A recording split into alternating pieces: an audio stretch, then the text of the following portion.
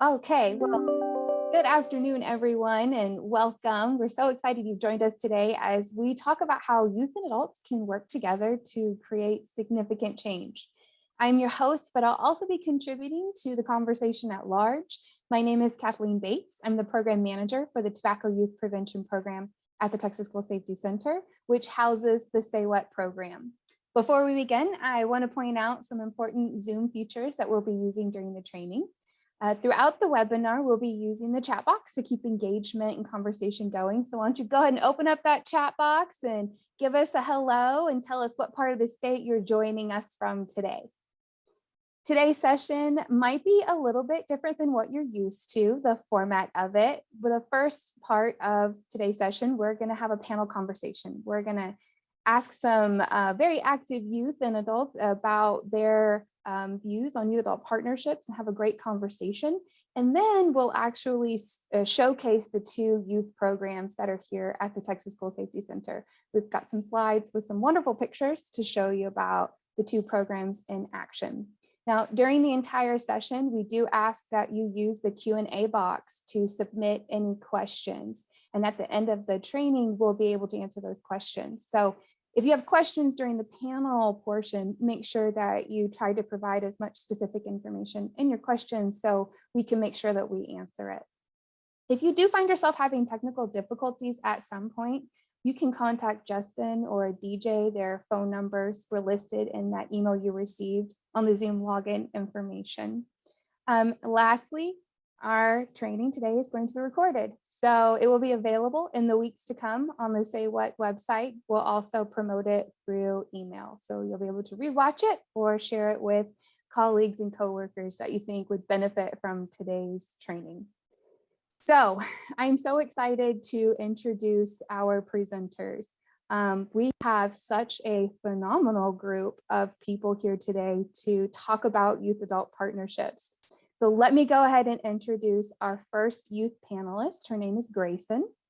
Grayson is a sophomore at Barbers Hill High School and a second-year member of the Texas Youth Preparedness Council at the Texas School Safety Center.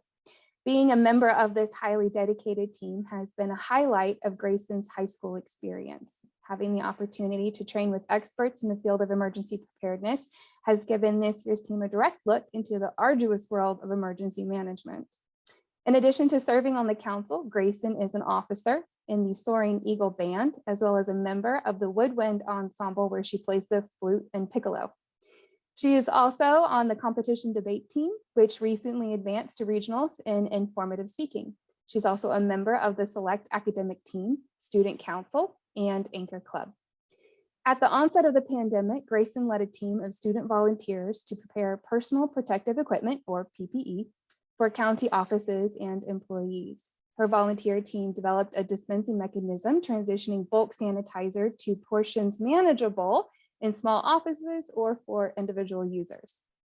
Grayson is a CERT volunteer, which stands for Community Emergency Response Team, and conducts outreach for preparedness events in Harris County. And outside of school, Grayson loves to spend time at the beach, traveling, going to museums, and hanging out with friends. Well, welcome, Grayson. Next, we have Emma. Emma is a 17-year-old public speaker on the rise who loves to debate anything from pizza toppings to current hot button political issues. When she was 8 years old, she began her pursuit to conquer her local 4-H program, and to date, she's held every office on the local and county level. She currently sits in the District 9 4-H chairman's seat and is the second vice president of the Texas 4-H State Council. Emma is also heavily involved with her school by serving as class president and joining almost every club available on her school campus. A fun fact about Emma, she loves to bake. In fact, Emma loves baking so much that she competes, and she has won over $15,000 over the past 6 years. When she is not conquering the world with her voice, she enjoys volunteering her time with the senior citizens in her hometown of Lexington, Texas. She has a passion for basset hounds, big hair, country music, and is currently on the never-ending hunt for the best bowl of mac and cheese. Yes, I have to agree. I'm on the hunt for the best chips and queso. So I get that. Next up is Charlene. Charlene is a junior at Jefferson High School and holds many different leadership positions. Currently, she serves as a third-year teen ambassador for the Say What program, but has been involved with the program since junior high school. Charlene is eternally grateful for the many different opportunities she's had to build professional relationships and presentation skills while being involved in the Say What program.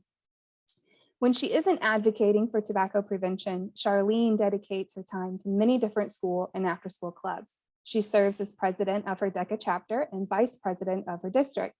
Charlene recently became the first person in her school district to advance to DECA Nationals. Woohoo, that's awesome. She is also a part of NHS, One Act Play, Yearbook, UIL competition team, HOSA, SHAC, and the Winter Guard. Charlene also loves to dance. She is an officer on her school's drill team, and she also dances at a community studio. Over the years, Charlene has had the opportunity to educate and train hundreds of youth across the state of Texas, and she's looking forward to training even more next year as a fourth-year teen ambassador. When Charlene graduates high school, she hopes to attend the University of Texas at Austin so she can study to become a dentist. Awesome. Now let's meet our adult panelists. Laura Stone. Laura serves as a training and education specialist for the Texas School Safety Center at Texas State University, where she provides safety training and technical assistance to school districts and community colleges throughout the state. She's also the coordinator for the Texas Youth Preparedness Council and the Texas Youth Preparedness Camp, where she works closely with the youth members serving on the statewide council. Prior to the Texas School Safety Center, Laura served as a public school teacher and administrator in numerous school districts throughout Texas. Additionally, Laura served as an instructor at the University of Houston, where she taught education courses for undergraduate students. As a result of her experiences, Laura has had several opportunities to collaborate with a broad spectrum of stakeholders at the campus and district levels by providing training and assistance with the revision and implementation of school safety and security measures. Oh my gosh, my goodness. Yes, what an impressive panel. I feel like I was talking to Laura when we all hopped on that I don't remember what I was doing with my life in high school. And the three, Emma, Charlene, and Grayson, you guys are so incredibly impressive. And I'm so excited that we have a panel of fierce young ladies and women to have a really great, fruitful conversation about youth-adult partnerships. But before we get started with the conversation, I do think that we kind of have to set the stage, so to say, give a little bit of background information about youth adult partnerships, because some of you might be wondering what it is, and some of you might already know. I think at its basic definition, youth adult partnership is this concept of youth and adults working together to make decisions and take action on important issues. And for some, their definition is giving young people a voice. But I think what is missed that people might not understand is that youth adult partnerships is all about sharing power. Youth adult partnerships are about both groups of people, both youth and adults, sharing the power to make decisions. So when adults share that power with a young person, it symbolizes that they respect that young person and they have confidence in that young person's judgment. And so it's so important that we know that when we go into this conversation. So what does that look like? Well, that looks like bringing them on board in every aspect and every component of what you're doing, from planning, implementing, evaluating, everything. What it doesn't look like is it's not asking a young person to make an appearance to support something you're interested in. It isn't having a person on a board, but not giving them a real role, a real sense of purpose. It isn't assigning them tasks that the adults want to do. That's what it's not. And there's actually a word for that. It's called tokenism. And so as adults who are interested in fostering these relationships with youth, we have to understand how we can implement these types of relationships without unknowingly participating in tokenism. So then the question becomes, well, then how do we do that?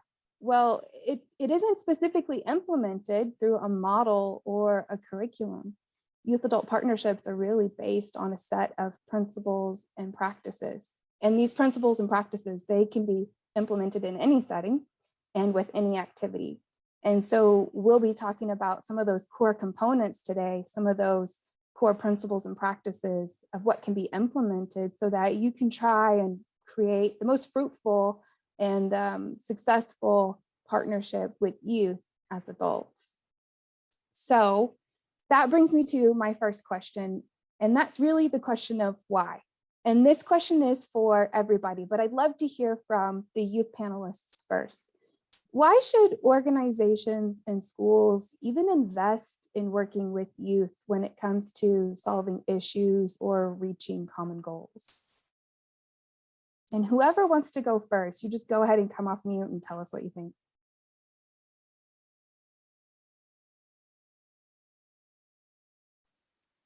Okay, well, I guess I'll go ahead and get started with that. So I believe it is super important for organizations and schools to invest in working with youth because, first of all, especially in important goals and big issues, this is concerning our future. And of course, if it's a specific huge goal or huge issue, then someone would hope to have someone that would be eager to continue to fight that fight and to continue the passion when they are no longer able to. So in our generation specifically, I feel as if we have the resources and the platforms that are able to make great change and influence decisions. So I think it's a win-win when organizations and schools are eager to work with youth. Along with that, I think that the youth brings up a completely different mindset of like goals and tasks that they want to bring to the party. Like what adults might prioritize might seem like frivolous to teens, and teens' problems might seem minor to adults. But when we work together and share a common goal, the task at hand might get done faster with a teen's perspective on things. I will say, I do think that it's extremely important that we do keep that open line of communication between community leaders, school personnel, everybody, adults and kids alike, because ultimately the youth of today are going to inherit the world of tomorrow. And I think that when you can get them interested now, it really helps to ensure their determination and their dedication to solving future issues. I mean, I think the three of you really, it sounds like you're talking about that youth have such wonderful assets, like these unique assets that they bring to whatever issues and whatever campaigns, whatever problems that we're all trying to solve. And so when adults understand that youth have these assets, I think that's what brings the partnership together. And that's also why it's so important. But Laura, as the other adult, I'd love to hear your thought behind why you think organizations and schools, especially since you also work in the school setting, why is it so important? Oh my gosh. So I was looking up a statistic before we started today. Did you know there's over 21 million youth in our country? I mean, can you imagine running a program or an event, having a benefit or an event and not including that many minds around the table when you're planning? I think one of the biggest lessons that I've learned with working with youth is the adult mindset is not necessarily the youth mindset. How many teenagers look at their parents and they go, "You don't understand. You don't get what I'm saying." And they're right. Adults, they're right. We don't think the same way. And so I absolutely value hearing what the youth and the students around me are thinking, because their lens is not mine. And we have to absolutely believe in the idea that it's not the adults necessarily that have to determine the path. So I may have an outline of something that I think is going to work, but without including and collaborating with the youth around me, the students that are around me, it may not be the absolute best. And it's just not worth it if I'm not going to do 100% the best I can do on something. And so, especially when I'm responsible for the learning of the students and youth around me, I want to know what they know and don't know, so that I can move forward and kind of customize what we're going to do for this year. So I'm excited to talk about the council later in the webinar, because that's exactly what I've learned to do with council. Yeah, I think, Emma, you said something that I really, it sticks, it's accurate. You are going to be around when we're gone and we're done, you and your children and your grandchildren and whatnot will be around and they'll be the ones to pick up the pieces and move forward. And so I think that we all have the same common goal in mind, whether we are young or old, or older, seasoned, whatever. We all want the same thing, whatever is best for our environment, whatever is best for our school, our family, our friends, the people that we love, the things that we care about. And so I think when programs or when schools, when they involve young people in their design phases, their development phases, their implementation and evaluation, that creates more sustainable and effective programming. I think it also contributes to creating positive school culture, because if the issue at large is something that both groups of people care about, youth and adults, why not come together so that youth can then carry on the hard work that the current adults are doing? So that sustainability piece, I think what Emma is speaking to, is so important, and why we need to do that. Why schools, why organizations, why adults should even think about investing and bringing youth to the table. Besides the fact that y'all are full of energy and lots of wonderful ideas, fresh perspectives, things that adults may not think about, different lenses. It's also important when we think about why we're doing what we're doing and who we should bring to the so-called table of the different issues that we're working on. So I want to hear from Grayson, Charlene, and Emma about your own personal experiences being a part of an organization that implements youth adult partnerships, or speaking about a specific youth adult partnership that you have or you're in. How has it benefited you? What have been some wonderful outcomes of being a part of something like that? I would say being involved. Oh, sorry. Being involved in these youth and adult partnerships has not only given the ability to grow my voice as a young person to continue going into the future, but it's also given me the opportunity to fine-tune my communication skills in all forms, whether that be verbally, through email, via social media, because I feel like that's a really big tool that we use nowadays to get a lot of points across, not only in the development of my voice, but it's also helped me to form communications with those adults that I will use for the rest of my life. And overall, it's just helped me to grow into a much more well-rounded individual.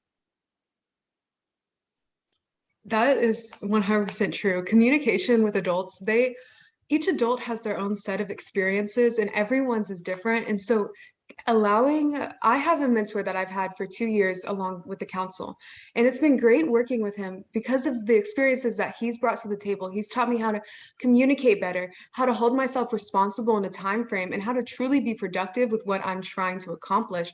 He's really kept me on track whenever I lack the responsibility, just because of my age. It comes along with it. Adults in a mentorship position really hold me accountable for what I need to get done, and in the time frame especially that I need to accomplish my goals.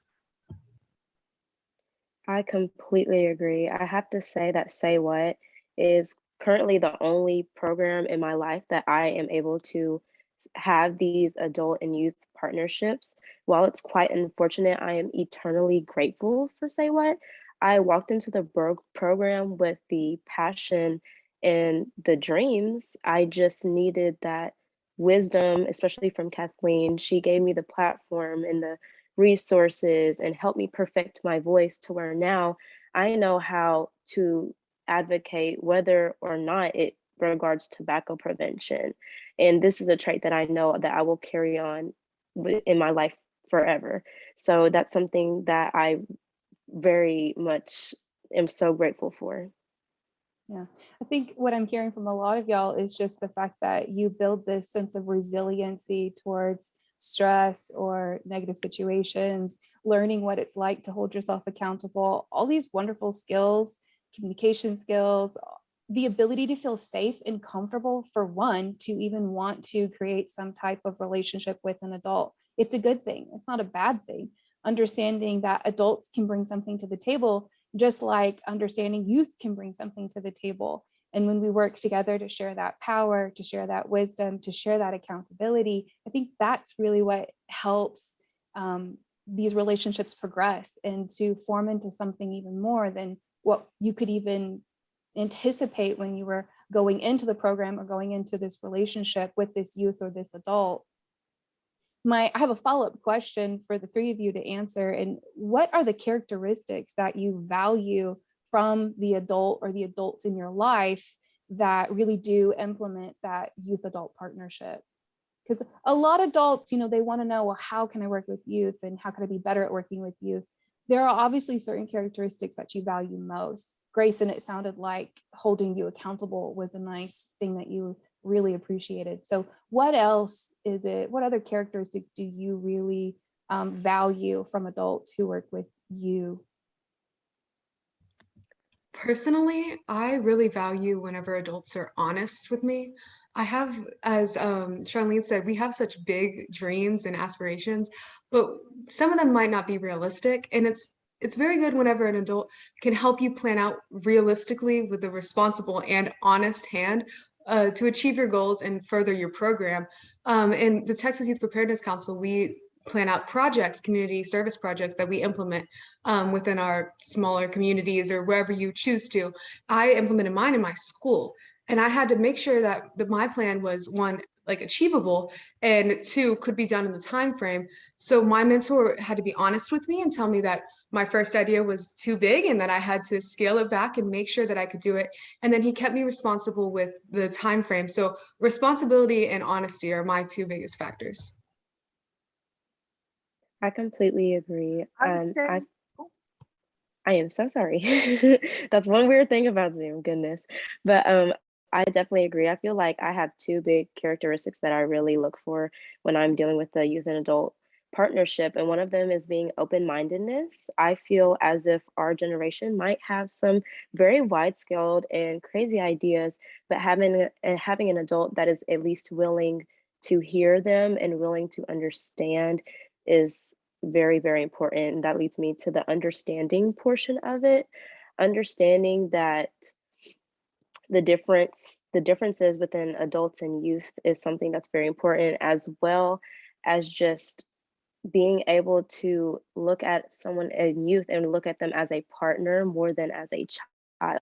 I feel like something, especially in my area, that was something that really belittled me at times, as if my opinion or my ideas didn't matter because I was younger. So finding an adult who doesn't think that way and just has more sense of understanding is very, very important to me.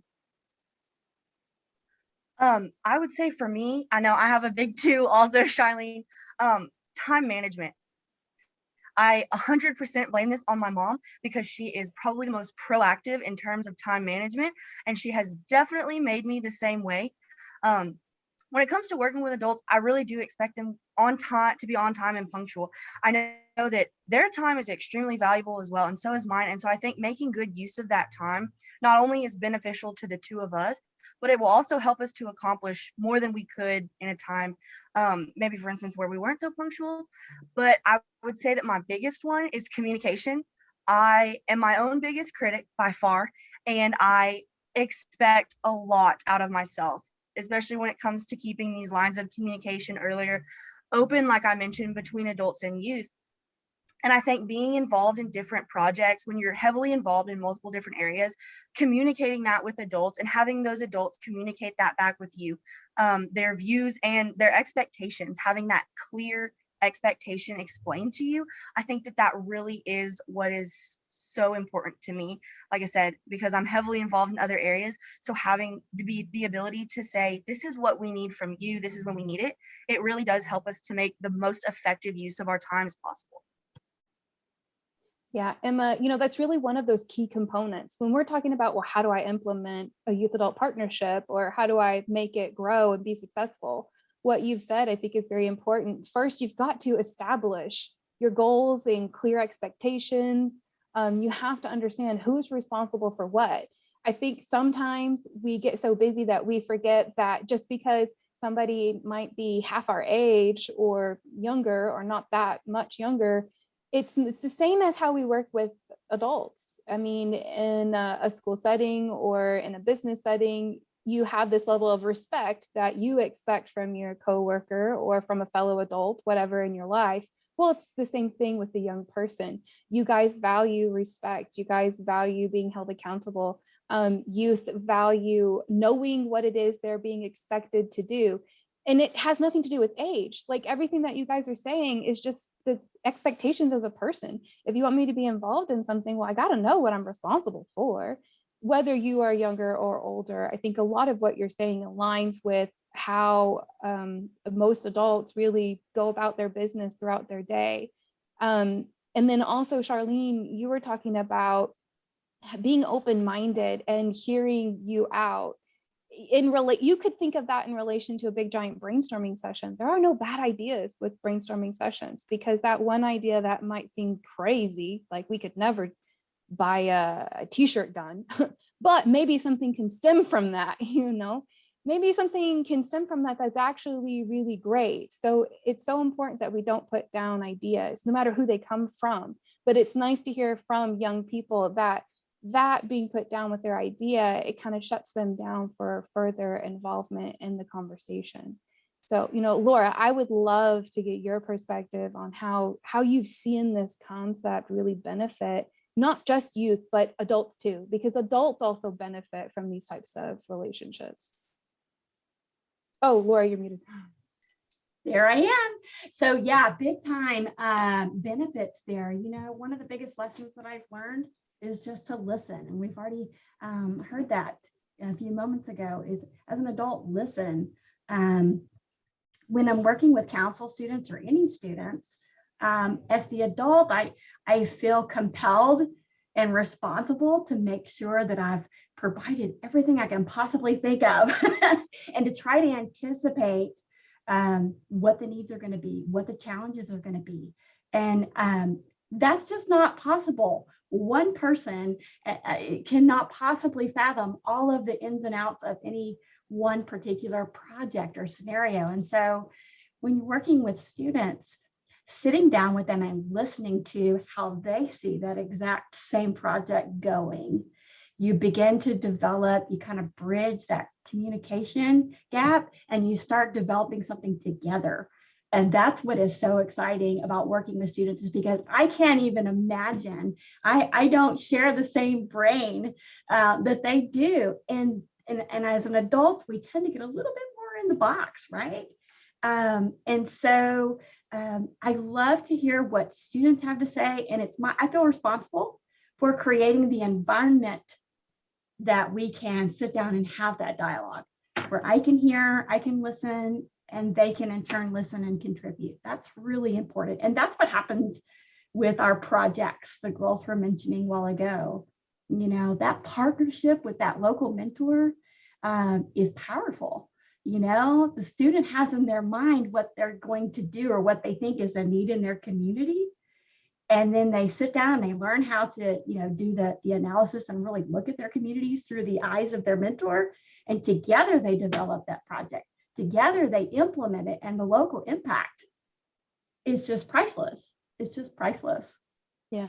Laura, you said basically along the lines of having a supportive environment in order to have those types of conversations and foster those relationships. And that's probably one of the number one principles, key components, whatever you want to call it, of a youth adult partnership, is making sure that you have some type of supportive environment to do so. So when we think about like organizations, getting the highest levels on board in your organization to fully commit to youth being involved in what you're doing is important. So if you work in the community setting, and maybe if the director of the organization isn't as on board with working with youth as you are, that can be difficult sometimes. And so we have to find ways to change their opinions, to change their mindset, to understand that bringing youth in is what's going to make us even more successful and make us have more connection with community members at large. But even in school settings too, if the principal or the superintendent isn't as open to actually collaborating with youth, that can shut down quite a bit, or youth in the school setting can feel like they're not heard and they're not a part of what they experience on a day-to-day basis in the school setting. So having everyone on board helps create that supportive environment to have those fruitful conversations, to actually create that substantial change. I think that's one of the most important things. One of the most important takeaways is ensuring that everyone is on board with it. There are so many tools and resources that are available for adults, some like self-assessment tools and surveys. And actually, after the training is over, we'll be emailing an inventory of attitudes, it's adult attitude inventory on beliefs of working with youth. And so it lets you evaluate yourself with how you view youth and how an organization can work with youth. And it's a really great self-reflection tool that we'll be sending out to everybody at the end of the training. And then there's so many guides and resources that we'll be able to connect you with as well. So I think from the organization standpoint, the benefit is just this clarity and focus as to what the mission is of an organization or of a school. You know, seeing just this diversity of voices at the table, it just only helps you be connected more with what you're trying to do. And to be honest, it really actually shows that you really are committed to meaningful youth development, because people can say that they are focused on youth development and involvement, but if they're never there or if they're not a part of the conversation, well, I think that, you know, actions do speak louder than words. So that's important as well. Yeah. So let's move on to my next question.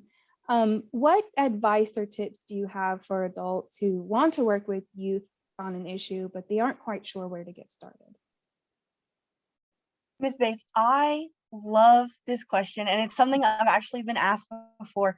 I would say the most important thing is to get on our level and relate with us. We are so perceptive to adult mindsets, and we can grasp things really quickly. So it's about bridging that gap, like I mentioned earlier, between youth and between the adults. I think Grayson was also the one who mentioned it, that we think completely different. Our minds are totally unalike, but the things that we can work together on, bridging that gap, it will help us to come up with those innovative and effective and creative outcomes to the solutions and problems that we're having to be faced with each day. Yeah, just like I completely agree. Just like any other ambition, I would say to really just get out there and embrace it. There's nothing more appealing to me when an adult is very eager and just really wants to hear what I'm saying.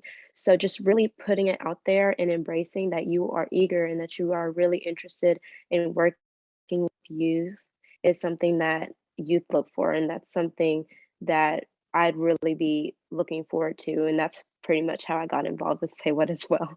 So I think that's a super important way to bridge that gap. All in all, I think people think the youth are a little bit more confusing than we actually are. I think the biggest thing is kids just want to be heard. I go home and I want my mom to ask me how my day is. I might blow her off and say it's fine like every other day, but it means so much that I was simply asked. So simply going up to the youth, approaching them with an open mindset, as Charlene said, and just getting them involved by engaging them, ask them what they think is a problem, ask them how they think they would handle it. That's the biggest way to get people engaged, is simply just listen and ask them what they think. Teenagers are often given such a bad rap on things like this, but we really are just have our own opinions and just want to share them. We want to be part of a community. We want people to listen to us. So my biggest advice is just simply ask. There's no harm in that. Absolutely no harm in that. I think Laura, that, I'm I'm so sorry. No, Just go one more ahead. thing. I think that in today's world, we just cannot afford any longer to go off of just the mindsets of adults. I think that the youth today have such a different outlook on life. And like Grayson mentioned, just asking them what they see is the issue and how do we go from there? Because as I mentioned, the youth of today, Charlene, Grayson, and the rest of us, we're going to inherit the world that you guys leave for us. And so I think that getting ahead now and involving ourselves and opening not only our eyes, but other youth's eyes to the issues that we'll soon be faced with, I think that's going to be the most important thing so that we can be proactive in stopping these issues. I love what you had to say. Laura, as an adult, you have plenty of experience trying to reach out to youth and connect with youth and work on initiatives with young people. So as an adult, what are some advice or tips that you might have that you can share with our peers? It's already been said, but the adult mindset, we get into that mode. I'll speak for myself. I feel responsible for outcomes. And yet we don't know all the insights and things that play into a situation. When we're planning something together with youth, they may have that creativity. Their lens is completely different. We're talking about impacting their world as well as the adult world. And so their knowledge base is simply something that adults can't fathom. And we're completely missing out on 50% of the impact of what we're trying to do by not listening, by not having that table discussion where everybody is contributing to the dialogue. Everybody has a say, and together we come up with how we're going to do this. Again, adults, it's okay, in my opinion, it's okay to come to the table with a path laid out, but you've got to be willing to let somebody move your cheese a little bit, right?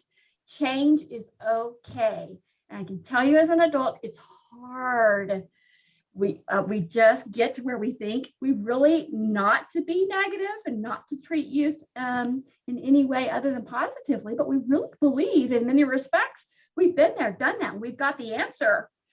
But the problem is it doesn't always remain the correct answer as we go through life. And so we need to be willing to let somebody move that cheese, embrace change. Let it be something that's going to improve your impact down the road with what you're trying to accomplish, your goals and your projects for your schools and communities. If you ask students in a school what they feel like would make them feel safe, I guarantee you the adults that are listening are going to hear some things that they hadn't even thought of before. Adults might be thinking, hardware and external things for safety. And yet students are just thinking, I just want to know how to report something. I just want to know I want some training. I want some understanding. This is the knowledge that I'm missing. How are we going to get that if we don't listen and provide that seat at the table for the youth to be there? I think that what resonated really well with me with what you shared, Laura, is resistant to change. I will be honest and say that sometimes change is hard for me, but I've been like that forever. But it gets worse when I get a little bit older. I try really hard. It's hard sometimes being an adult when we work with young people, because in my mind as a program manager, the ambassadors and the young people we work with, oh my gosh, there's so many fantastic ideas. And then sometimes I start to think, well, our budget can't do that. Well, we can't do that. Well, how can we do that? But that's not the point. The point is to be open to the conversation of what's going on and see, these are all great ideas. Let's see what is realistic.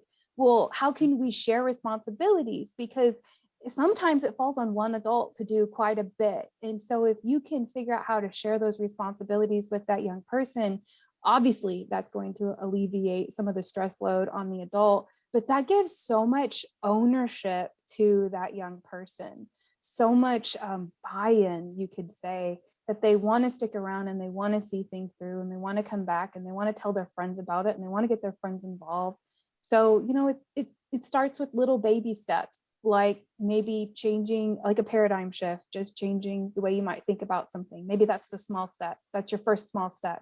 But it definitely takes multiple small steps, and it takes time. You have to commit to things. That's one thing that I've learned too, is that it's an investment. It's a marathon. When we're working with young people, it's a marathon. I think it takes a lot of thought and contribution to what we're doing and how we're preparing young people to be ready for the world when they get older and when they graduate and when they do things in society. So, the ability to share the power to make decisions is important. The ability to have established clear goals and expectations is important. Providing opportunities for training, like what you said, Laura, whether that's communication or leadership. Something that I have learned is that a lot of times young people feel like they can't be assertive. Like they want to say something, they might not agree with an adult, and they have a fantastic idea. And so they don't feel like they are empowered to be assertive. So trying to figure out what types of skills they might need and giving them that type of training. But then for the adults too, sometimes adults need to learn how to actually collaborate with youth. So what does that look like? How do we do that? So we just want to figure out from every angle of what we can provide to both the youth and the adult that's in this partnership with the tools and the resources they need to be as successful as possible.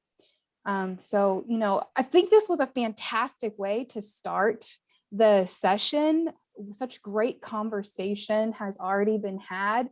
I cannot wait now to highlight the 2 programs at the Texas School Safety Center, so you can see how the center really puts into practice the concept of youth-adult partnerships with the Youth Preparedness Council, and then also with the Say What programs. So let me go ahead and get that set up, because Laura is up first, so we can learn more about the Youth Preparedness Council.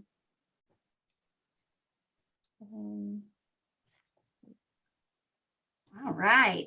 It looks good, Kathleen. I can see it just fine. I get so excited. I'll try to contain myself and stay seated. I love talking about the council because these students, they pump me up. They keep me going. This is the council evolved. And so in March of 2011, there was a presidential policy directive that was put out that said, hey, we need to make sure that our citizens in our country focus on preparedness. We need to become more resilient in the face of disasters that affect our country. And so as a result of that, there were 3 groups that got together, 3 powerhouses, as I call them. And they developed another document from that policy, the FEMA, which is the Federal Emergency Management Agency.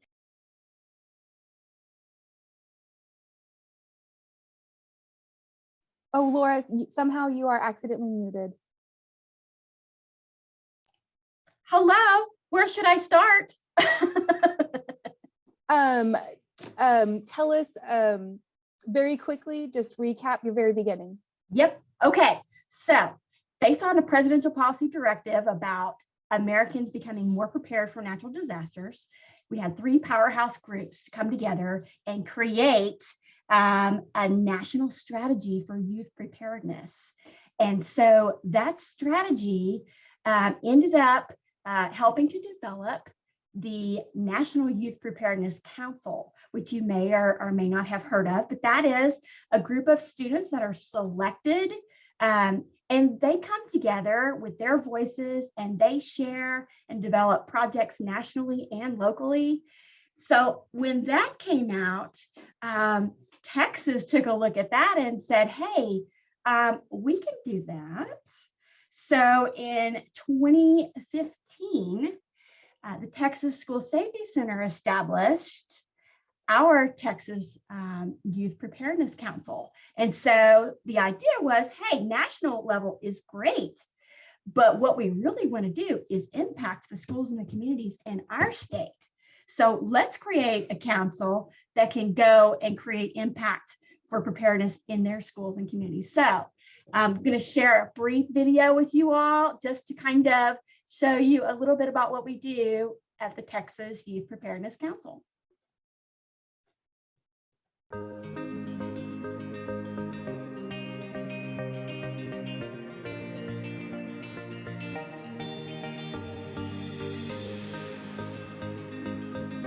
The Texas Youth Preparedness Council is basically a gateway to new opportunities. Not only do you learn about emergency preparedness, but you do build connections and gain more of an insight of what else is out there in the world.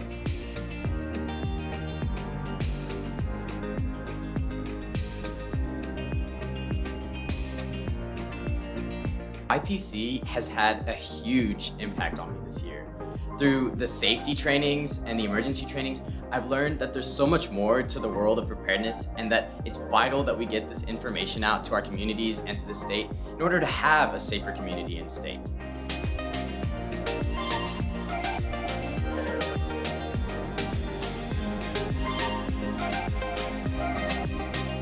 Get informed, be prepared, and stay connected.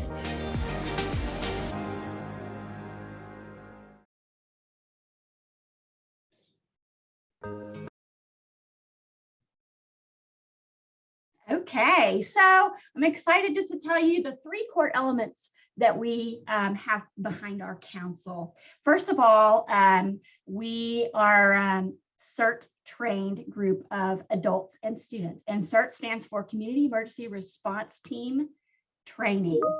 And so again, the council is focused on training up youth to learn about different ways to positively impact preparedness in their schools and their communities. So obviously we want CERT training because in the event of a disaster, we want our students and in turn to teach other students how to respond during a disaster with those skills. The second core area is leadership. And in order to, you have all these skills, and in order to share those things effectively with others, you need leadership skills. So we have 3 events a year. Our first event is the CERT camp, the Youth Preparedness CERT camp that we have every June, and our council's students serve as peer leaders at that camp. And so having had the training, that is their first opportunity to plug into that second element there of leadership. Then they go back to their communities and they serve as a peer leader to their peers in their schools and their communities as they developed their actual project. And that brings me to the third tier of the core element of our council, and that is the implementation, the impact projects that these students create. We meet every month on Zoom, and we have fantastic professional presenters that share with us information. But when we meet in the fall and the spring, and again in the summer at our in-person events, we train together. We develop together as a team our leadership skills, and we've learned how to share things, how to make those impacts with our communities and our peers. So those are our 3 key areas. And then the next slide shows you, those are some of our impact programs, by the way. And this one just shows you some of the students and all the things that we have done together recently. If you're interested in more information about us, go to our website. There's all kinds of information. Our current students, we have 15 council members currently. 3 of those 15 are year 2 students, meaning they came back for a second year. And so we are absolutely pleased to have them. The other core part of our program is the local mentors and the state advisors. So we have professionals from the emergency management field that serve as state advisors. They have connections and networks all over Texas. So they help us to garner some really powerful local mentors for our students. And together we collaborate and we work those youth and adult partnerships to develop those impact projects that are going to be implemented in their schools and in their communities. So it's a really exciting thing. I can tell you no 2 council years are alike because the students change, the projects change, and we're evolving. And so I'd be more than happy to answer any questions that you might have about the Texas Youth Preparedness Council. We are also accepting applications currently. The deadline is on our website, April 15th. So if you're interested in applying, we'd love to have you. So again, I'm here for questions if you have any, and I appreciate the opportunity to share about the council. Great. Thank you so much, Laura. Okay, let's learn about the Say What program. So Charlene is going to help me deliver some of our information for you guys. So in case you're not familiar, Say What stands for Students, Adults, and Youth Working Hard Against Tobacco. And the program was created by Youth for Youth. It's a statewide youth tobacco prevention coalition. It's made up of hundreds of Texas youth and adults who are incredibly passionate about youth tobacco prevention, but then also they're really dedicated to creating the first tobacco-free, nicotine-free, vape-free generation. When it comes to any type of prevention work, I think we know that peer-to-peer, or that we know that peer influence has the most impact on daily decisions. So the entire Say What program is designed and implemented based off of peer-to-peer education. So we're able to do this through our teen ambassadors. Charlene is one of the teen ambassadors. We have ambassador consultants, which are college students who used to be teen ambassadors, and then the hundreds of Say What youth members that we have.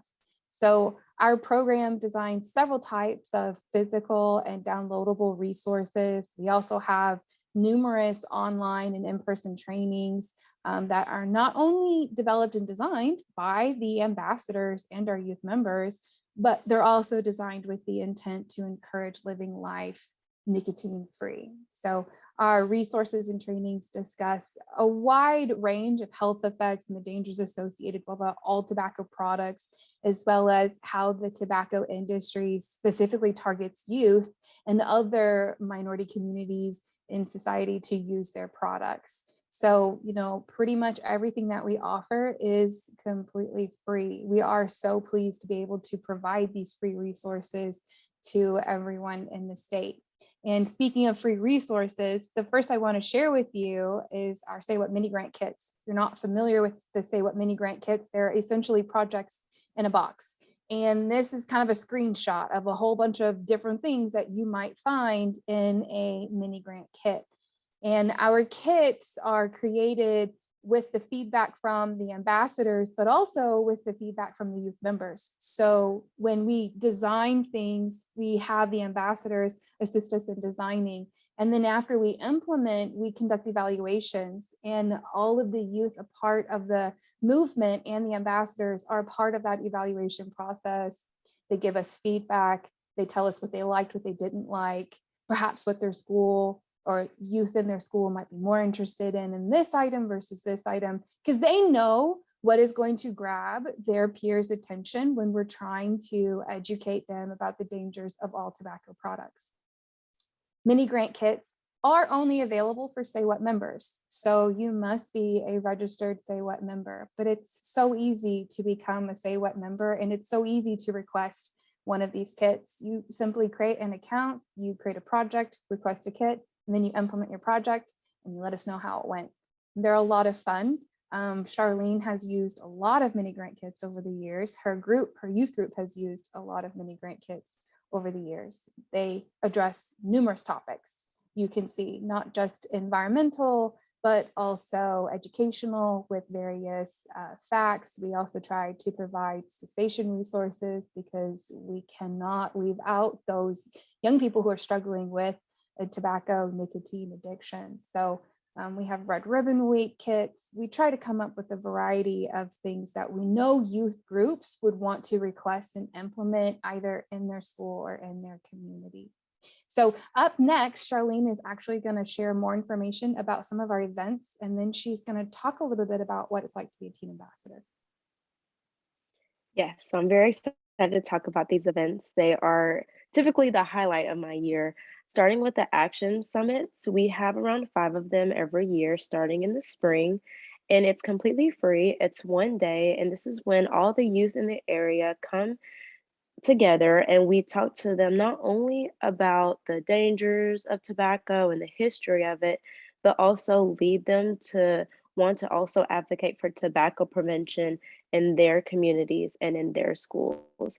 Also, with summits, we typically have a community project that they become a part of. Like recently, I just got back from South Padre, which was such an amazing summit.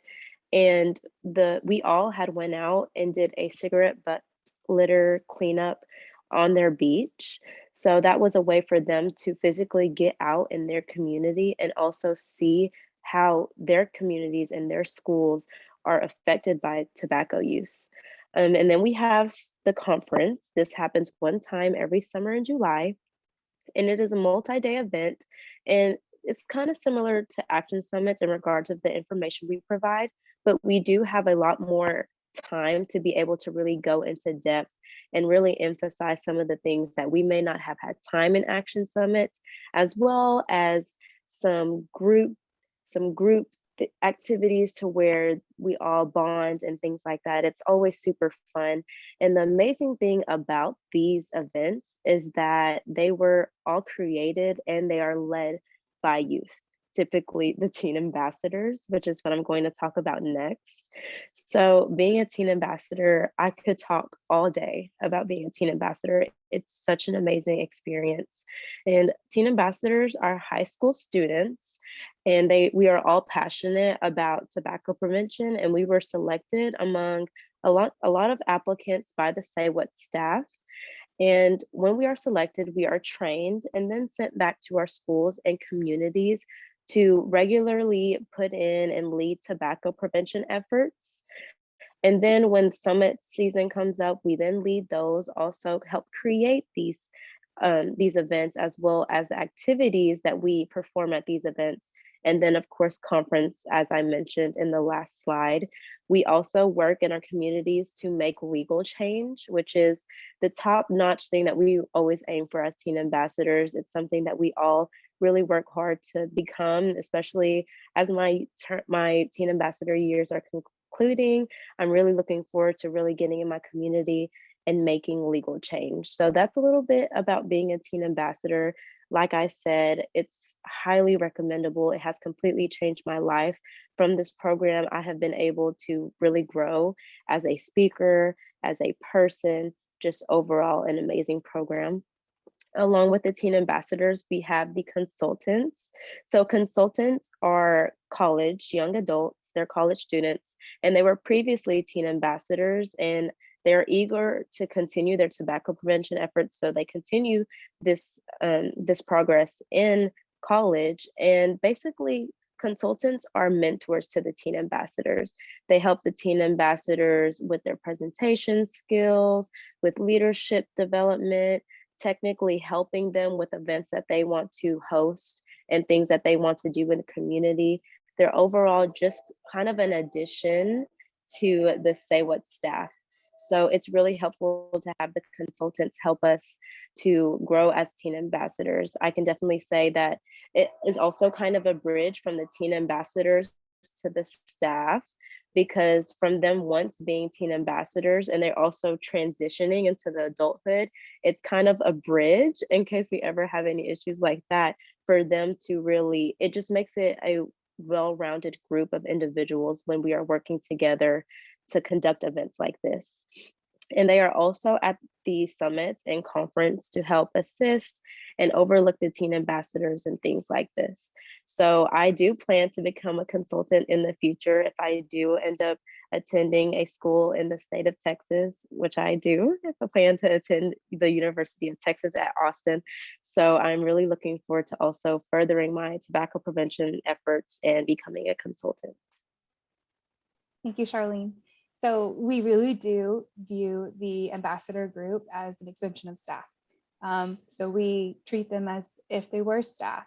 They volunteer their time, obviously, but we have expectations and we set those expectations with them, and we give them the training that they need so that they can be successful. They are a part of everything that we do. So it's another important part of youth adult partnerships is identifying opportunities for growth. And so the Ambassador Consultant Program is that opportunity for growth to continue their efforts as they navigate being a young adult. Say What youth members, another huge component to the Youth Adult Partnership, but then also to the program, the Say What program, because youth members have had a key role in educating over 1 million Texans about the dangers of tobacco and nicotine products for over a decade. They have done so much advocating for tobacco prevention policies. They have taken on the tobacco industry and their deceptive marketing. They have done some phenomenal things a part of the program. And so I wanted to show you a video of what some young people have had to say about their involvement in the program. And I do recognize that it's 4:28. So if you can stick around for a couple of minutes so you can see this wonderful video.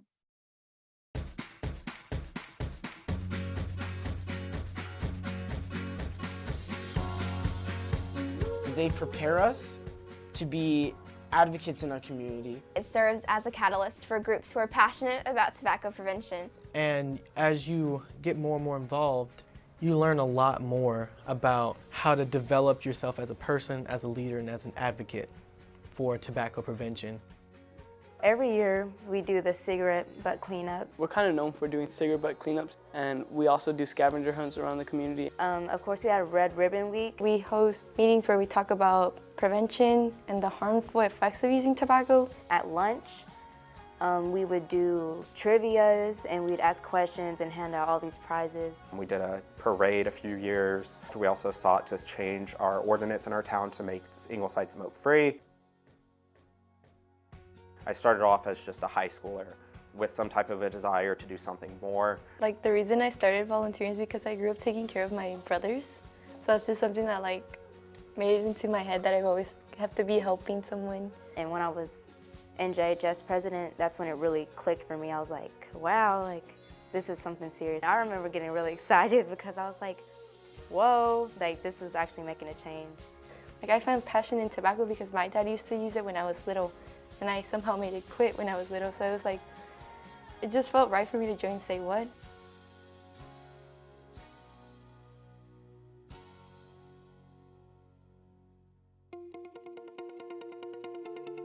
My story in tobacco prevention and control isn't rooted in a loved one that has died from tobacco or was significantly affected by tobacco. It was really just like leaders in my life who were like, okay, here are opportunities for you to be engaged, and we need to highlight that more because like not every young person is going to have that personal story about why they should be involved in something like this. And I think that Say What and the School Safety Center has done a lot of great work to relay that message and to communicate that people can be involved even if they don't have a significant why. Through all of the volunteerism that I've done, I recently was awarded a proclamation from the mayor of Houston, so Mr. Mayor Sylvester Turner, and it's September 27th for Irma Torres Day. So now I basically have my own day in Houston history of everything that I've done and everything I've done for tobacco prevention and Say What as well.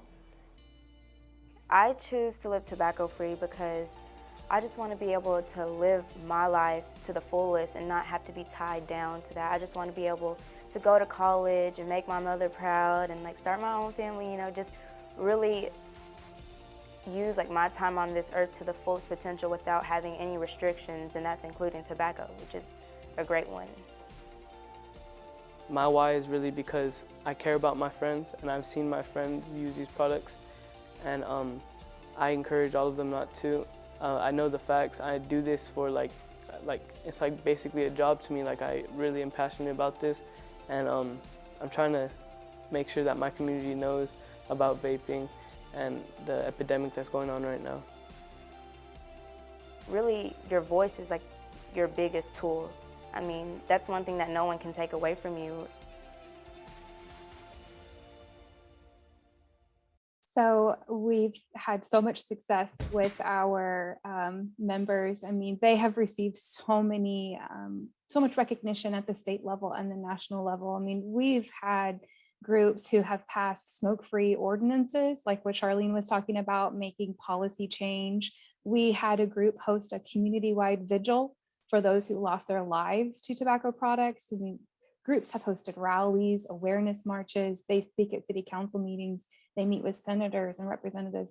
They do so much. And because of their efforts and accomplishments, the Say What program has really transformed into this everlasting statewide movement where both the youth and the adult are coming together and working together to create healthier lives. I mean, think about that for a second. We have youth and adults that are working together to literally save lives. I mean, that gives me goosebumps. How more amazing is that? Not only is the program working to prevent tobacco use, but it's also providing young people with the opportunity to engage in fields like public health, medicine, public policy, law enforcement, and the list goes on. And in return, these young people are growing into incredibly engaged young people tackling everyday issues. So again, the concept of youth adult partnerships and seeing it in action and being a part of an organization or a school that really commits to that and understands that it can create so much substantial change, not just for the young person and not just for the adult, but for the organization or the school overall. This is our social media, so connect with us. We literally have every single social media platform you can imagine. We also have a YouTube channel that has a ton of educational videos, testimonial videos. The teen ambassadors do vlogs. That's our email address and our website. So please reach out to us if you're interested in joining the Say What movement and signing up your youth group today. And with that, I want to thank you all so much for sticking around for a couple more minutes to listen to the video and see what was left to say.